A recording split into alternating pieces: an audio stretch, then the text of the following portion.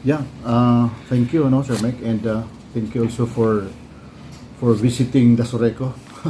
Yes, sir. And Happy New Year to all, especially sa to mga Digosinyos and all our member consumer owners. Actually, last December, if I'm not mistaken, December 2019 or 20, we sent two teams sa Dasoreco to join the Task Force Kapatid to help restore power in Surigao del Norte, particularly in Dinagat Island.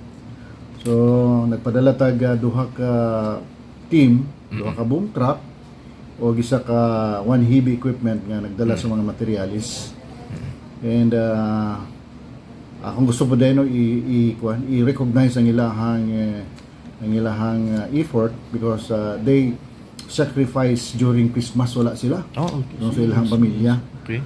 So I'd like to say thank you sa to mga soldiers of lights, mga frontliners na tong alignment nga nag-volunteer gyud just to help sa to mga kigsunan nga naigo sa bagyong Odette. And nakauli sila tong pauli lang sa tong New Year kay isod man pod. But today, no, since today is January 3, 2022, tomorrow on January 4, ugma pohon magpadala kog balik duha ka crew, 14 ka mga linemen. Okay. With two boom trucks and one heavy equipment truck na ato ipadala dito balik sa Dinagat Island because until now wala pa gyapon ma-restore ang power dito 100%. So pila pa lang ka porsyento ang na-restore dito. So luoy ang ilahang kahimtang dito, wala pa kuryente ang majority sa Dinagat Island and apektado pa ang communication. So we have to help o na ato ang gihimo po diri sa Dasoreco.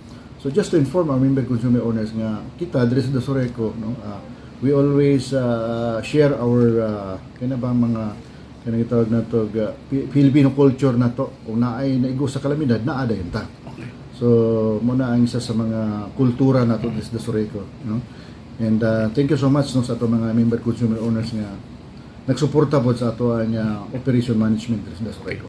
Sir, pila ka lineman to sa first batch ang imong gipadala dito o mga pila ka adlaw gyud sila sir dito? Yeah, first batch kung ako masayot nasa 12 sila ka buo. I see, okay. 12 and they stayed there for until December 30. December 30. 30 sa gabi. So 31 sila naabot sila ang mga panimalay kaya amo mangi monitor hapon na. So pipila na lang ka oras naka-celebrate na sila hang sa New Year. And in fact, I talked to some of the spouses or wives sa mga linemen na to.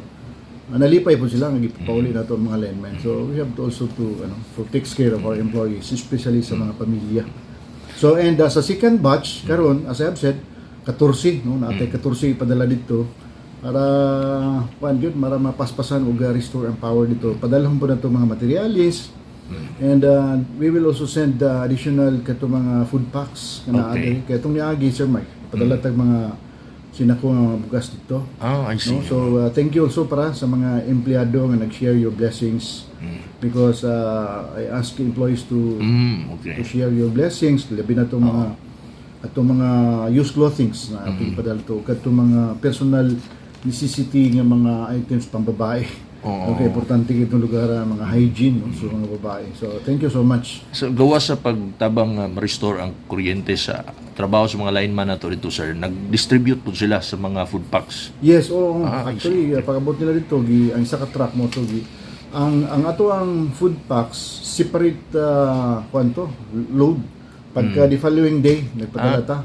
Naguna ang mga linemen para makatrabaho. Pagka the following day palagyan natin sa load one truckload of food packs na dito ang mga bugas, tubig, mga noodles, uban mga personal hygiene sa mga babae kung ipadala dito. So na-distribute na. And actually this time no we have our meeting for AMRECO, Associations of Mindanao Electric Cooperatives. So may mga evaluations and we're happy that kani mga other co-op nga nag-help are being now recognized no isa na diha ang Dasoreco. So nag-pledge ta, nagkumita nga ugma ipabalik na to ang 14 ka mga linemen to help restoring power dito sa Dinagat Island.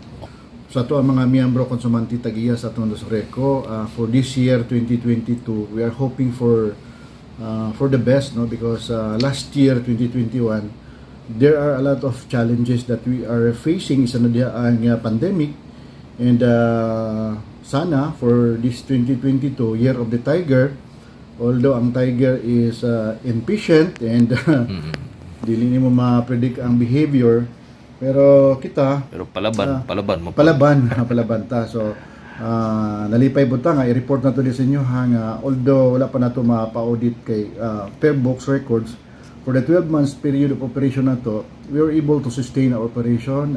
Wala ta nalugi ug wala pud ta ingon nga nagpalta tagbayad sa atong mga power supplier. So salamat sa inyo hang pag-atiman sa pagbayad ninyo sa inyong binulan nga balay ron, kay 85% niya na padulong na sa ato ang pagbayad sa ato ang kuryente, di na to gikuha, no? So 15% lang ang mabilintis panudalan sa atong koperatiba aron sa atong pag-operate sa atong Dasoreco. So sana, no, for 2022 mas mulambo pa ang ato ang ekonomiya, libinadre sa ato ang Davao del Sur, no, with the help of our governor, sa mga leaders nato.